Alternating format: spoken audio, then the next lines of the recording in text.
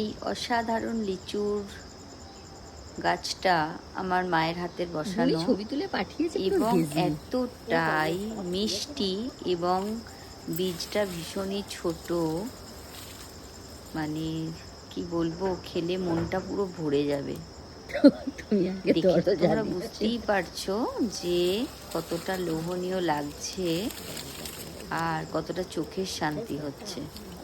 মনের শান্তি তোমাদের হবে না যদিও, এটা আমাদেরই শুধু হবে, কারণ খাবো তো আমরাই।